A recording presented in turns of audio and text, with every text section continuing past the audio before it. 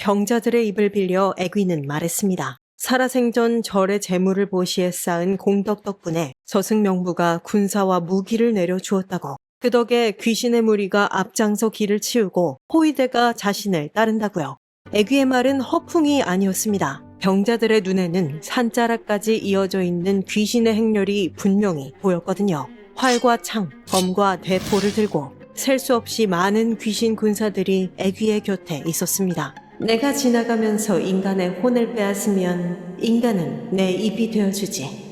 기세등등한 애귀와 그가 데려온 귀신 군대, 혼을 빼앗겨 알 수 없는 소리를 늘어놓는 사람들까지 더 이상 두고 볼 수 없습니다. 어떻게 해서든 애귀를 퇴치해야만 해요. 사실 이전에도 손 놓고 당하기만 했던 건 아닙니다. 퇴치하려는 시도는 수도 없이 해봤죠. 유약이 박 씨에게 빙의한 애귀를 칼로 베었을 때는 정말 퇴치될 것 같았습니다. 하지만 애귀는 며칠 만에 멀쩡하게 돌아왔죠. 책에서도 답을 찾으려 했어요. 귀신은 자기를 죽인 자를 두려워한다.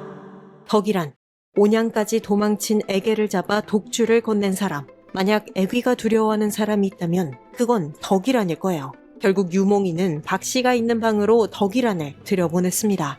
그가 들어가자마자 방 안에서는 날카로운 애귀의 비명소리가 울렸고 그 소리에 수백의 귀신들이 놀라 물결처럼 흩어졌습니다. 귀신이 자기를 죽인 자를 두려워한다던 게 맞았나 봐요. 며칠 뒤 본격적인 퇴치를 위해 덕이란은 날카로운 칼을 들고 다시 박 씨의 방으로 들어갔습니다. 칼을 들고 들어온 덕이란을 본 애귀는 물러서지 않았어요. 오히려 덕이란을 똑바로 바라보았죠.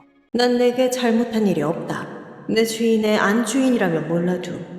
그리고 지금 내가 차지한 몸은 내 상전의 여인인데 한낱 종에 불과한 네가 감히 어디라고 발을 들이는 게냐.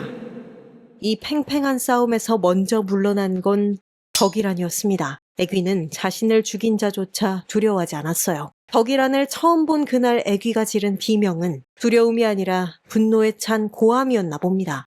칼도 덕이란도 무용지물이 되자 유몽이는 또 다른 걸 떠올렸습니다. 지난번에 아들 유약의 칼에 애귀가 오른뺨과 어깨, 옆구리, 배까지 베었었잖아요. 물론 그 후에 멀쩡히 돌아오긴 했지만 애귀가 다친 곳을 노리는 게 퇴치의 열쇠일 수도 있지 않을까요?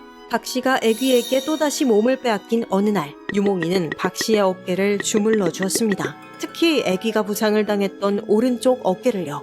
그런데 애귀가 달아났어요. 그 무엇으로도 퇴치되지 않던 애귀가 처음으로 퇴치되다니. 다만 그것도 오래가지는 않았습니다. 이미 그 수작을 알아버렸는데 이제와 그게 무슨 소용이 있겠느냐. 이제는 아무 방법도 남지 않았습니다. 애귀를 따르는 다른 귀신들까지 제멋대로 날뛰기 시작하며 집안은 누가 누구인지도 모르는 아수라장이 되었죠. 외숙, 예전에 시를 지어서 귀신을 물리친 적이 있으시잖아요. 이번에도 제문을 지어서 물리치는 건 어떻습니까? 유몽인의 생질, 홍서봉이 입을 열었던 건 그때였습니다. 하지만 고작 글 한 장으로 어떻게 이 귀신들을 쫓겠어요? 응? 근데 누구세요? 자기를 등명이라 소개한 귀신은 유몽인에게 뜻밖의 부탁을 했습니다. 글을 한 장 써달라네요. 자기가 얼마나 억울한 사연을 가졌는지 글로 적어주면 그걸로 명부에 해명을 하겠다나 뭐라나. 근데 유몽인이 또 글에는 좀 일가견이 있잖아요. 그는 등명을 위해 글 2장을 지었고 완성된 글을 소리내 읽은 후 종이를 불에 태웠습니다. 그리고 글이 재가 되어 사라지자마자 등명은 뛸 듯이 기뻐하며 떠나버렸죠. 이 일을 통해 유몽인은 한 가지 이치를 배웠습니다. 이승에서 물건을 건네줄 때는 손에서 손으로 건네지만 저승으로 무언가를 넘길 때는 태워야 한다는 걸요. 그렇다면 홍서봉이 말한 방법도 통하지 않을까요? 저승을 다스리는 열왕에게 애귀와 귀신들을 벌해달라 청하는 글을 지어 읽고 태운다면 등명의 글처럼 저승에 닿을지도 모릅니다. 그래서 유몽이는 또 다른 퇴치법을 시도하기 위해 붓을 들었습니다. 그런데 문제가 있어요. 죄인을 고발하려면 이름을 알아야 하잖아요. 하지만 유몽이는 애귀를 빼고는 이름을 아는 귀신이 별로 없습니다. 있긴 있네요. 등명이라고. 지금은 이미 사라졌지만 하여간 이제 유몽인이 해야 하는 건 애귀와 함께 날뛰는 이 귀신들의 이름을 알아내는 것. 유몽인의 이 속셈을 귀신들도 알았기에 이름이 적히지 않은 귀신들은 어떻게든 입을 열지 않으려 했습니다. 내 이름만 대면 돼. 이날은 여종 목단의 몸에 든 귀신의 이름을 알아내고 있었습니다. 귀신은 어깨가 칼등에 맞아 시퍼렇게 멍이 들었는데도 입을 열지 않았지만요. 그러나 그런 귀신도 곁에 있던 이의 간청에 숨겨온 이름을 흘리고 말았죠. 귀신 부부가 말하지 말라고 했는데. 그렇게 하나하나 알아낸 이름을 모아 1619년 9월 3일 유몽이는 저승의 열왕에게 올리는 제문 시황문을 완성합니다. 아니, 제문은 제사를 지낼 때 읽는 글이잖아요. 이건 제문이라기보단 저승을 다스리는 시황에게 보내는 고소장이랄까요? 병든 식구들은 모두 낫게 하시고 애귀를 따르는 귀신들은 엄벌해 주십시오. 그리고 정부인을 괴롭히는 그 여자만은 더욱 무거운 벌을 내려주소서. 대왕이시여 굽어 살피시어 속히 시행하여 주소서.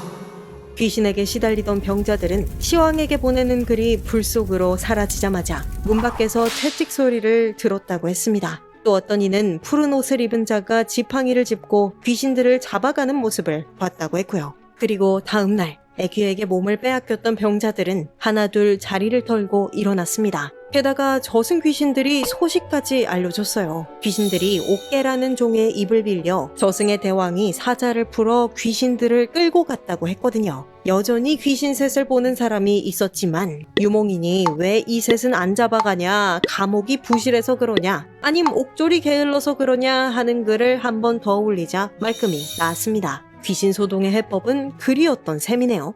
그런데 왜? 정작 그 글을 쓰게 만든 장본인은 이곳에 그대로 있는 걸까요? 애귀가 노리는 표적은 하나로 좁혀졌습니다. 이제 애귀는 오직 옥계 하나만 붙잡고 놓아주지 않고 있어요. 옥계를 명례방 본가로 피신시켜도 봤지만 강을 건너서까지 쫓아오는 애귀를 막기에는 역부족이었습니다. 그러던 애귀는 마침내 누군가의 곁으로 스며들었습니다. 자신이 저주한 정부인 신씨의 곁으로요. 매맞아 죽을 뻔한 애게를 2번이나 살려주고 달아나는 애게에게 노잣돈까지 쥐어주었던 신씨. 그는 이제 가슴이 답답하고 발이 부어오르며 음식을 넘기지 못합니다. 그런 신씨를 애귀는 곁에 누운 채 조용히 바라보고 있습니다. 잠을 자지도 곁을 떠나지도 않고 이틀 내내. 애귀 3번째 이야기는 여기까지입니다. 애귀가 어떤 존재길래 온갖 퇴치법도 먹히지 않는 건지는 다음 영상에서 확인해주세요. 오늘 영상도 끝까지 함께 해주셔서 감사합니다. 저는 지금까지 이야기꾼 이연이었습니다.